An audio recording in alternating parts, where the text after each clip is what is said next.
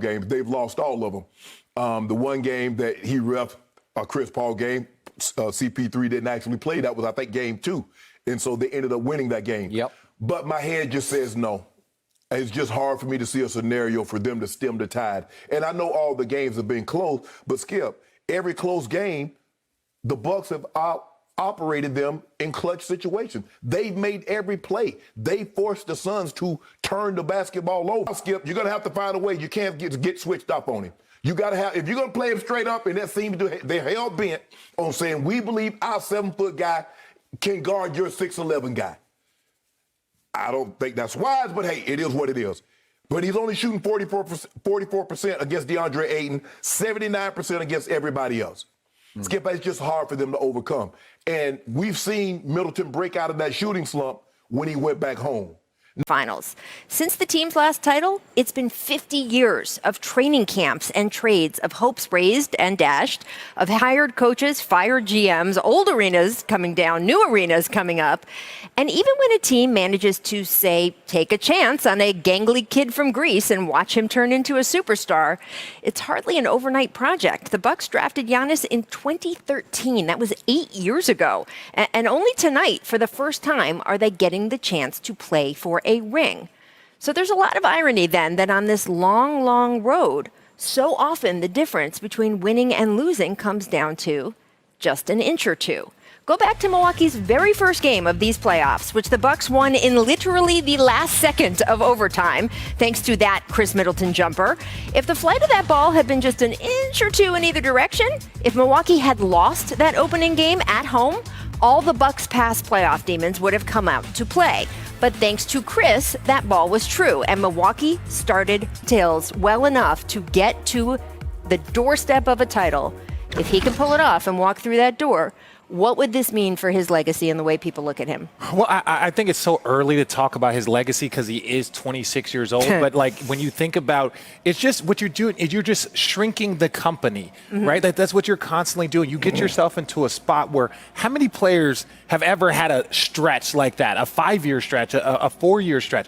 Not many in NBA history. And so I think the fewer people that can say they've done what you've done, that's where you start getting into elite company. This is just another piece of the pie for him, and hopefully a couple more if we want to start talking about in the greatest player and the greatest power forward is this big man's going to talk about it quickly.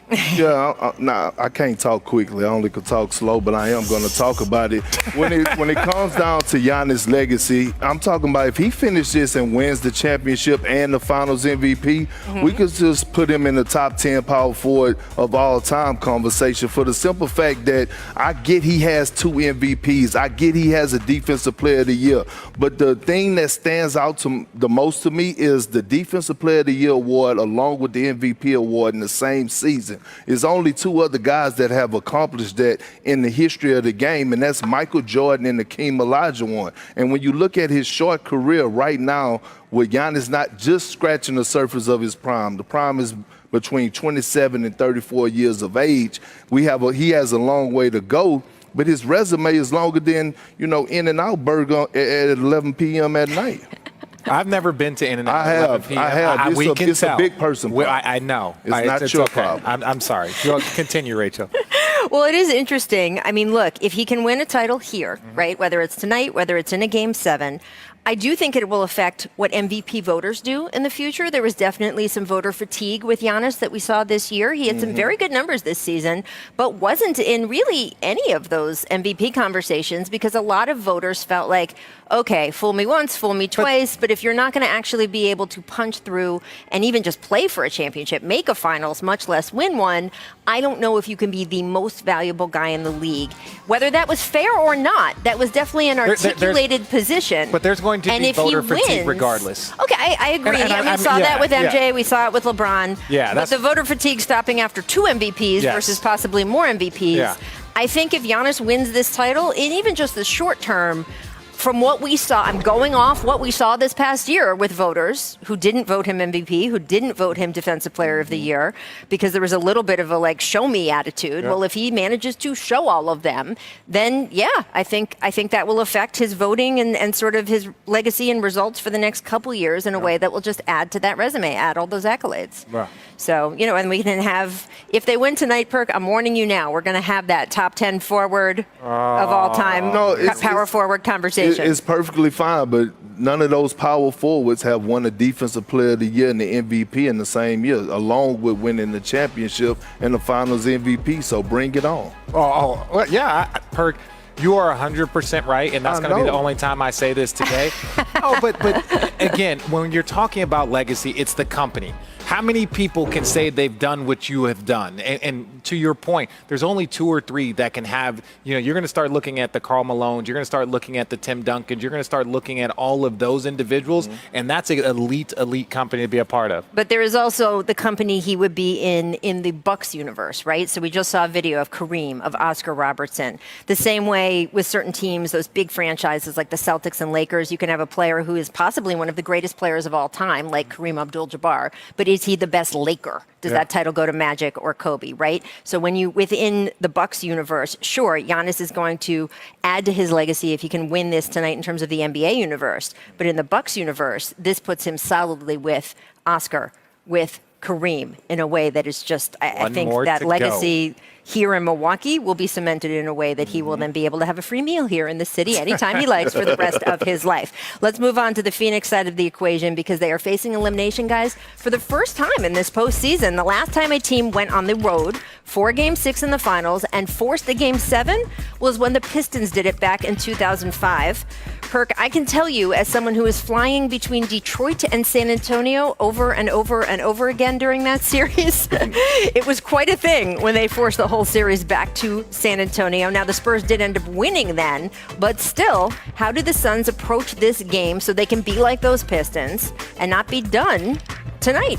Well, I think it's all about their mindset, obviously, right? And then you want to come in on the road and you want to take the crowd out of it. And I think the good thing with the Suns is that they had that Game 4 experience, right? Where they were up and they saw that they could play in this arena and battle with the Milwaukee Bucks. It would have been a different story if it was 2 back-to-back blowouts in Game 3 and Game 4. But the fact that they gained confidence in this building is all the Suns need. They just have to go out there and play their style of game, meaning no turnovers, play agenda-free basketball on both ends of the floor, and play with that sense of urgency. Now, with that being said, I feel like all the pressure is on the Milwaukee Bucks tonight. So coming into this arena, when you look at the Milwaukee Bucks, all the pressure was on the Phoenix Suns in Game 5.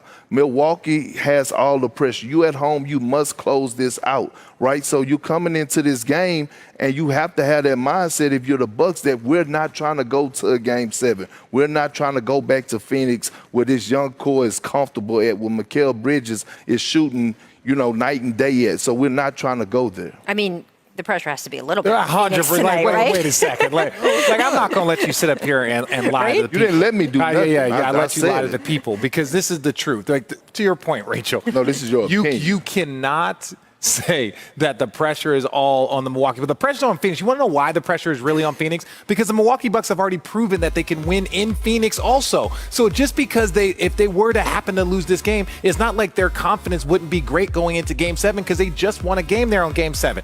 Now, this is what I think the Suns need to approach this first elimination game as.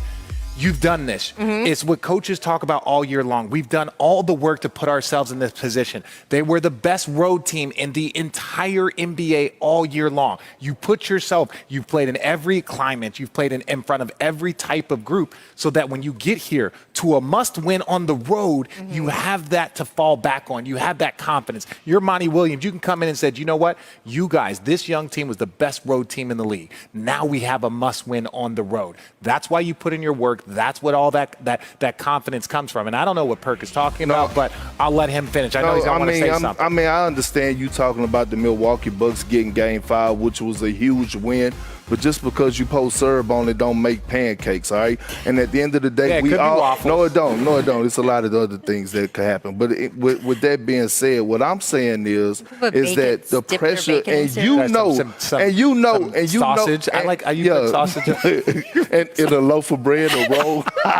Hey, but listen, Just a little drizzle. but Rachel, Richard know that going into Game 6, when you at home, you want to close that out. Nobody wants to go to a Game 7 on the road. Nobody. It's a tricky thing and approach too. Like the Suns' approach. When you're built with that type of size, that type of athleticism, and like his mobility, we haven't seen a player like Giannis. We haven't. A guy that is 6'11", that can run like a guard, that handles it like a guard. Obviously some of his skill sets, his shooting isn't there, his free throw, but I understand he didn't have the traditional basketball journey growing up, but you could see him putting in that effort. But Giannis is such a special player, but he also has that approach. We talked about it earlier in the show about how he is so present, doesn't care about what he accomplished, doesn't care about the future. He is only focused about right now, and that truly is a gift. I mean, the numbers through 5 games, he's averaging over 32 points and shooting over 61% from the floor. The last player to do that in any NBA Finals was Shaquille O'Neal in 2000. And so we harken back to these conversations of last week. He needs to be more Shaq than Kobe. He seems to be doing that right now, and it seems to be the formula for their success. Yeah, it is the formula for his success. And look, I played against Shaq in the 01 finals. They swept us. It was quick. It was easy. No one cares about that. But it is impossible. It was impossible to guard Shaq. And Giannis is doing the same thing. Yes, it's not back to the basket, but in transition, no one can keep with them. But I want to focus on this. It is about Chris Middleton. It is about Jrue Holiday. Because Shaq was going to be Shaq. Giannis is going to be Giannis. He's going to pick up the basketball, and because of his physical gifts, because of the way he plays the game with that intensity, he's going to give you 25 and 15 on an off night. So it's about the guys around him. And I think in the last couple of games, Middleton has stepped up in a tremendous way. Jrue Holiday doing it on both ends of the floor. Kendrick Perkins was saying some nonsense that, he's exhausting himself on defense. That's why he's not playing great offense. Well, Jrue Holiday played great defense, great offense, had that huge steal, that huge lob. So, he's getting contributions from his team in a great, great way that's allowing him to go be the best version of himself. So I'm getting a call here from Big Perk. He wants a word with you after the show. We'll see how that goes. In the meantime, very quickly, I feel like the momentum has obviously swung so strongly. At one point, it looked like the Bucks were dead. Now it kind of looks like the Suns are dead. Can they win this thing tomorrow night? Can the Suns go in there and shock the world and win this game on the road tomorrow night? I think they can. I definitely believe they have that ability because this is going to be the first time we've truly seen them against the rope. So, we're really excited. We don't know what this team looks like with their backs against the wall. I will say this. Again, the Bucks are are a more talented team. But the Suns have been playing a great brand of basketball. That's why that 17 turnover game that they had in Game 4 with 17 offensive rebounds, that was so uncharacteristic of them because they have been the best basketball team all season long. So now you start to look as can they raise their level back to being an efficient, high-level team? That's the only thing that we need to see. Last year, after they lost to the Miami Heat, I said, look, Giannis might be a Pippen, and people went nuts. Oh, you did? So I understand. I did. I said that. But hear me out. They understood when I said that is that he needed help. And Chris Middleton has continued to get better every single year. So Chris Middleton has turned himself into the quote-unquote Pippen to his Jordan. I thought, Giannis, because he can't shoot free throws. He can't make jumpers. He can't really, when you look at the way his skill set is, he needed a closer. Like the Shaq, he needed to go find his Kobe.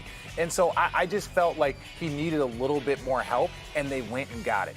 Jrue Holiday was that final piece. It was another ball handler, another high-level defender. So I think really when you combine the Jrue Holiday and you combine the Chris Middleton, now you have that player that should be next to someone as great as Giannis that allows them to close out the games in areas that Giannis can't. He can't make the big three. He can't hit those little pull-up shots, and he can't always do the defensive plays because he can't be everywhere at once. So you have to kind of combine two players, and I think Jrue Holiday and Chris Middleton have been those guys. Oh, believe me, I remember when you said that he might be Pippen and what it did to the Get Up Twitter handle. I remember that vividly. But here's the point. That Giannis, and we talked about this at the beginning of this hour, he just does it differently. You look at the best players in the NBA today. They all do it with the ball in their hands, and thus they don't need someone to do the things that he needs them to. It isn't diminishing him. He's just a different style of player. But he right now is as effective as anybody, and if he wins this championship and is the Finals MVP, RJ, if you want to say that right now Giannis is the best player in the league, it would be easy to defend. Very easy to defend, but again, we can't keep doing, Kevin Durant was a half a toenail away from sending Giannis home, and everyone was saying that Giannis was the greatest, or that Kevin Durant was the best player on the planet. Now, because his shoe size is too big, Giannis goes on and wins the championship, and now it's Giannis. We gotta have, we can't keep going back and forth every couple weeks about who the greatest player is, but, well, technically we can.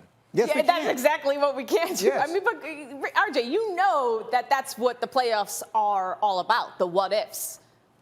So, I mean, we've always seen injuries. Yes, the what ifs are fun. That's exactly right. Well, I mean, I've made a career for 30 years out of changing my mind every few weeks, so don't knock it. It has worked for me. But it does seem reasonable, right? Again, Giannis, he can't do some of the things that Kevin Durant can do, or that Luka Doncic can do, or that a lot of other players that we talk about, that LeBron James can do. But they can't do all the stuff that he does either, and he is about to win. Well, he's one win away, Cass, from winning a championship. Absolutely. And, I mean, you can go into the conversation of discrediting whatever kind of style, if it fits this type of style of basketball we're seeing. You were mentioning earlier the article you read about just how he's bringing the old game into the new. Yeah. And I just think Giannis, what we're seeing right now is chemistry. To your point, RJ, of that big three. On this play alone, I mean, Drew Holiday didn't want to make that pass, but Giannis was calling for it all the way in the backcourt. And he said after the game that, it probably wasn't the smart basketball play, but he went up to Drew after the game and thanked them. And so what can we expect from Drew Holiday in Game 6? He said he called his shooting in Game 5 an added bonus, but what he has given consistently is pressure on defense.